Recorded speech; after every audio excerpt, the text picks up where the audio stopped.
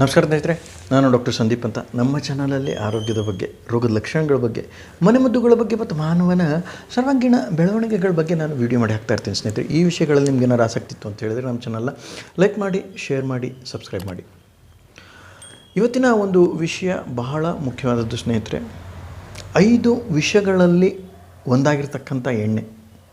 ನಮ್ಮ ಮನೆಯಲ್ಲಿ 5 ವಿಷಯಗಳನ್ನ ದಿನಂಪ್ರತಿ ನಾವು ಉಪಯೋಗಿಸ್ತಾ ಇರ್ತೀವಿ ಸ್ನೇಹಿತರೆ. ಈ 5 ವಿಷಯಗಳನ್ನು ಉಪಯೋಗಿಸಿ ಸಹ ನಾವು ಆರೋಗ್ಯವನ್ನು ಎಕ್ಸ್ಪೆಕ್ಟ್ ಮಾಡ್ತೀವಿ. ಆರೋಗ್ಯವಂತ ಸ್ಥಿತಿ ನಮ್ಮದಾಗಲಿ ಅಂತ ನಾವು ಬಹಳಷ್ಟು ಪ್ರಯತ್ನ ಪಡ್ತೀವಿ. ಸೊ ಹೀಗಾಗಿ ಈ 5 ವಿಷಯಗಳಲ್ಲಿ ಒಂದಾಗತಕ್ಕಂಥ ಎಣ್ಣೆ, ನಾವು ತಿಂತಕ್ಕಂಥ ಎಣ್ಣೆ, ಇದರ ಬಗ್ಗಿನ ಪೂರ್ತಿಯಾದ ಮಾಹಿತಿ ಈ ಒಂದು ವಿಡಿಯೋದಲ್ಲಿ ಹಾಕ್ತಾಯಿದ್ದೀನಿ ಸ್ನೇಹಿತರೆ.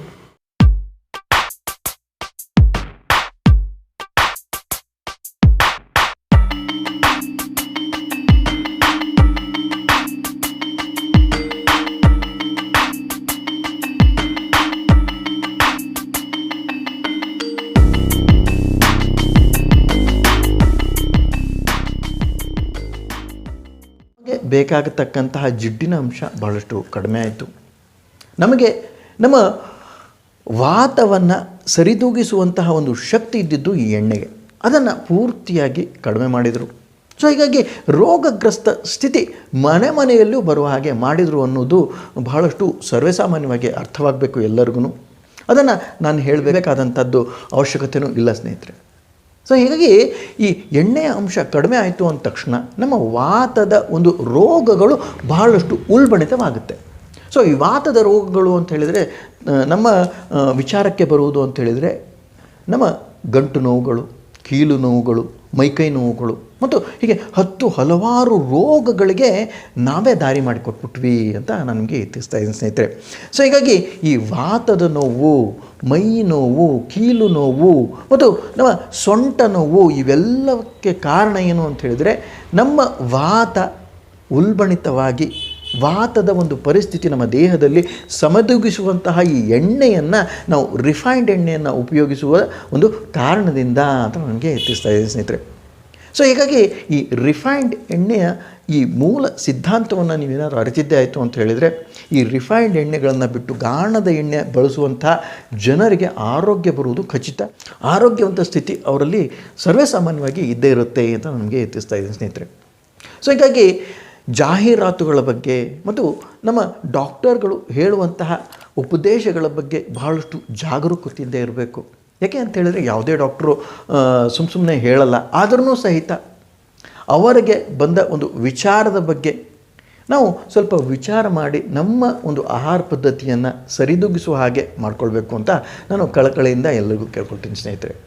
ಸೊ ಹೀಗಾಗಿ ನಾವು ರಿಫೈನ್ಡ್ ಎಣ್ಣೆಯನ್ನು ಬಿಟ್ಟು ಈಗಿನ ಒಂದು ಸಮಯದಲ್ಲಿ ಡಬಲ್ ರಿಫೈನ್ಡ್, ಟ್ರಿಪಲ್ ರಿಫೈನ್ಡನ್ನು ಉಪಯೋಗಿಸ್ತಾ ಇದ್ದೀವಿ ಮತ್ತು ಅದರ ಒಂದು ಅರಿವು ಸಹಿತ ಯಾರಿಗೂ ಇಲ್ಲ.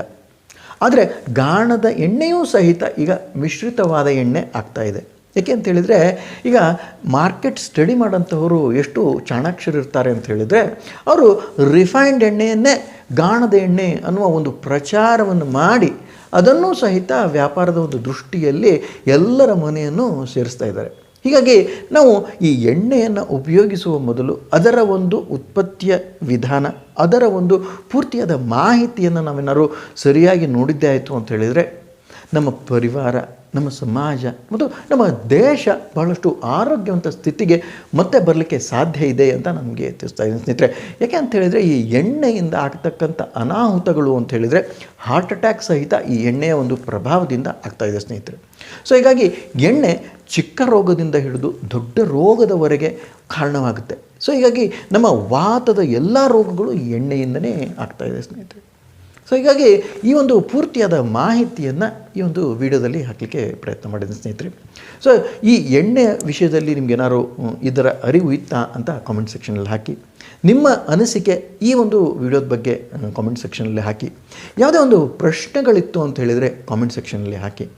ಸೊ ಹೀಗಾಗಿ ಈ ಎಣ್ಣೆಯ ಒಂದು ಮಾಫಿಯಾನ, ಈ ಎಣ್ಣೆಯ ಒಂದು ಪೂರ್ತಿಯಾದ ಷಡ್ಯಂತ್ರದ ಬಗ್ಗೆ ಎಲ್ಲರಿಗೂ ಅರಿವಾಗಲಿ ಅಂತ ಈ ಒಂದು ವಿಡಿಯೋನ ಮಾಡಿದ್ದೀನಿ ಸ್ನೇಹಿತರೆ. ಸೊ ಹೀಗಾಗಿ ಈ ವಿಡಿಯೋನ ಎಲ್ಲರೂ ಕಳಿಸಿ ಅಂತ ನನ್ನ ಕಳಕಳಿಯ ಮನವಿ. ಇದಿಷ್ಟು ಹೇಳ್ತಾ ಈ 2 ಮಾತುಗಳನ್ನ ಮುಗಿಸ್ತೀನಿ ಸ್ನೇಹಿತರೆ. ನಮಸ್ಕಾರ, ಧನ್ಯವಾದಗಳು.